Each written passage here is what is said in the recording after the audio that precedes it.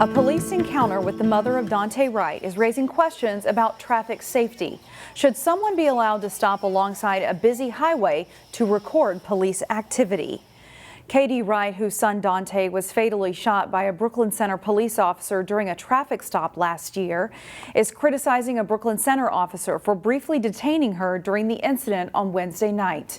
In this body cam footage released by the city, Brooklyn Center police are shown assisting another law enforcement agency on southbound Highway 252 in what they call a high-risk stop related to a homicide investigation. During that traffic stop, Katie Wright pulled over on the northbound side of 252 and began recording the interaction with her phone. An officer crosses the highway and asks Wright for her driver's license, telling her she can't be on the side of the road. Wright claims she was doing her civic duty. She also claims her wrist was injured in the encounter. The City of Brooklyn Center released the video to, quote, promote public safety and dispel widespread rumor or unrest. Meanwhile, a representative from the police union praised the officer for his professional response and restraint during the incident. What's next for Brooklyn Park's Community Activity Center? $4 million of a $26 million park bond will go toward activity center enhancements like an expanded and improved lobby and dedicated space for senior center fitness and programs. An additional $2 million will go toward the construction of a teen center, possibly at the CAC. The city spoke with several community organizations about the improvements, and several expressed a desire for seeing more cultural activities offered there and more sport options other than just hockey. People in Robbinsdale no longer have to travel far for their gardening needs. For the first time in decades, the city's downtown hardware store has a garden center. And as Sonia Goins reports, it couldn't come at a better time. It was the dream of the owners, and we started planning about a year ago to make this happen. The sun is beaming down on Birdtown's newest addition. Finally. This year, Ace Hardware has an outdoor garden center. Very excited, especially because we had a long winter. And I love winter, but I'm worried we're not going to have much of a spring. Kat Tremblay says she's glad there's a garden center near her home. I think I'm going to get some succulents, and I might get some herbs to start. So your total today is $31.09. The store has a variety of plants and flowers, including these colorful cacti. And of course, they've got veggies too. We've got onions, we've got herbs, so basil, dill, we've got catmint, peppermint, mojito mint. I'm thinking this is the summer for mojitos. And the store has something that bigger shops don't always have, a dedicated one-on-one helper. It's one of the things we pride ourselves on, quite frankly, is our customer service, being able to help people find the right solution to really make their dreams come true. Local residents seem to like the idea of having a garden center nearby. I love this hardware store, and it's great that they can expand now and have the room. Our foot traffic has been up and our sales are increasing every day. And people are out, they're excited, they're ready to get in the soil and play. Now folks are going to have to come out and shop early because the garden center is only going to be opened until the end of June. Now next year, they're going to expand to the nearby Marine Center. In Robbinsdale, Sonia Goins, CCX News. Plymouth has a plan to put in more pickleball courts to help meet the need for more space to play. The Park and Rec Department is planning to have 6 pickleball courts installed in an unused turf area at ZACHARY Playfields. The courts would have lights with a push button for people to turn on and use before 10:30 p.m. when the lights would automatically shut off. The plan has pickleball players excited. ZACHARY Playfield, they already have a brand new playground. They've got all kinds of softball fields, baseball fields, so having pickleball is just going to make it even better. The project is on the Plymouth City Council agenda this week.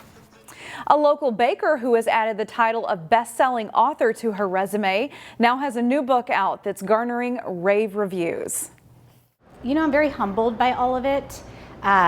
For me, though, it isn't really the achievements of the book, but more like getting to connect with my readers. That's the part that I really enjoy.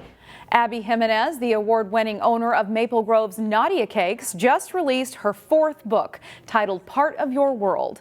The book is a romantic comedy about a woman who has to choose between following her family's wishes and pursuing a medical career or having a life with an attractive carpenter who is 10 years younger.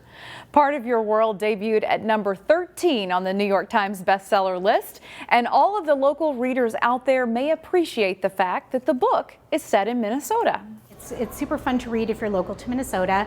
And if you've never picked up a romance or you think you don't like romance, I challenge you to read this book because it's different than what you think it's going to be. Romance has come a long way in the last 20 years from the Fabio bodice rippers that you used to get at the drugstore. Romance nowadays is very smart. It's very relatable. You can buy a signed copy of the book at Nadia Cakes. And meanwhile, Abby already has another book in the works. It's called Just My Type, and it will come out next spring. In Golden Valley, a team of archaeologists literally dug up history on a late 19th century brewery. That discovery will be shared next week at an event at Under Pressure Brewing. A recent historical dig found remnants of a brewery where Theodore Wirth Park is today. It was called Germania Brewery and was from the late 1800s. It would later merge with a brewery that eventually became Grain Belt.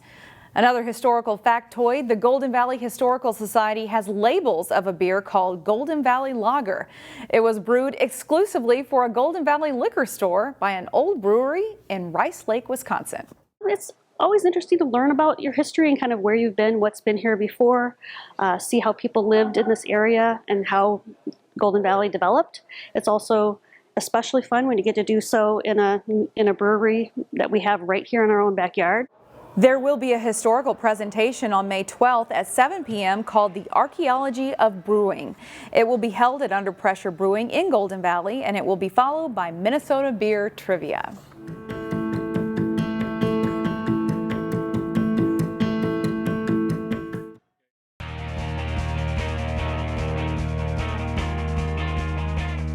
The Minneapolis Athena Awards recognizes excellence in athletics and in school and often in the community. Friday in Brooklyn Center, 55 high school senior girls were honored.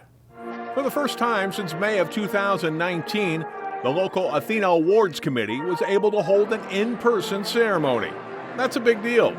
And so too is the fact that this is the 50th Athena recognition for high school senior female athletes in the Minneapolis area. Dorothy McIntyre has been there since day one. Since 1973, in February 73, down to Minneapolis Athletic Club, over 2,600 plus girls have been honored like the 55 that are going to be here today. And these young women are now going out and they're going to change the face of the world. All of these girls have excelled in athletics. Friday's ceremony brought a different kind of recognition and a big honor for these young women. I'm very proud that I was chosen to do this because I just feel like this was a great way to represent my school as well and to represent the hard work I put into track and field. It's an honor. I'm very thankful for all the coaches and teachers that thought of me and nominated me, and there's so many amazing athletes at Osseo. It's just an honor to be the one that was chosen. I wish everybody could get recognized, but it's still an honor to be chosen as the Athena for Osseo. I mean, it's awesome. I think it's a good recap of this high school career for me, and to be with some of my best friends in there, and I got my family coming and everything, so it's awesome. Here now is a look at all of the local Athena Award winners for 2022.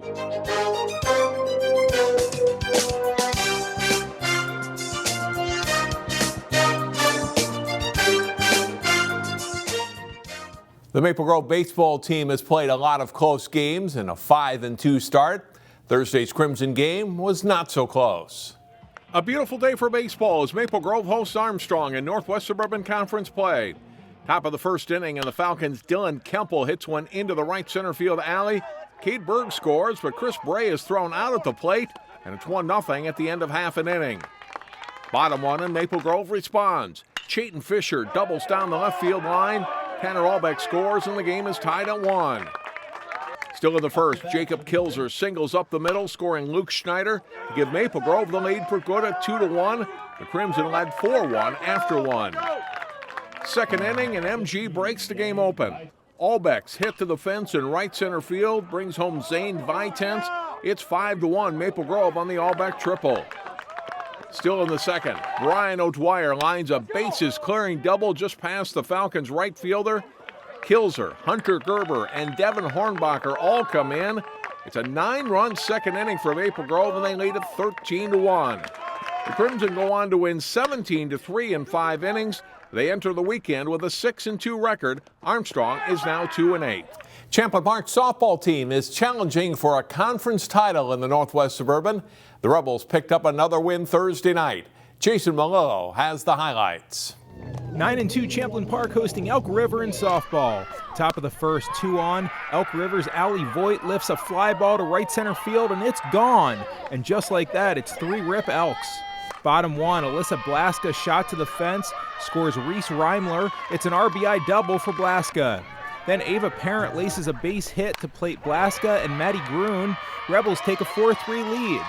Bottom 4, Grun with a 2-out base hit up the middle, scores Reimler, and it's 7-3 Champlin Park.